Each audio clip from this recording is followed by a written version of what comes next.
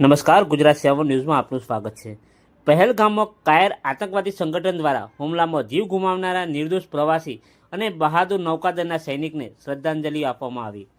તેમનું નુકસાન ફક્ત તેમના પરિવારોનું જ નહીં પરંતુ સમગ્ર રાષ્ટ્રનું છે અને તેમને સૌને હૃદયપૂર્વકની સંવેદના અને તેમના જીવન માટે કૃતજ્ઞતા વ્યક્ત કરવા માટે ભારતીય દલિત પેન્થર દ્વારા શ્રદ્ધાંજલિ કાર્યક્રમ રાખવામાં આવ્યો। આ પ્રોગ્રામ જય ભીમ ચોક લીમડા ખાતે આયોજન કરેલું હતું, જેમાં બહોળી સંખ્યામાં લોકો જોડાયા હતા અને લોકોએ પ્રાર્થના કરી હતી કે તેઓના મૃતકોના આત્માઓને શાશ્વત શાંતિ આપે અને આ મુશ્કેલ સમયમાં તેમના પરિવારોને શક્તિ આપે।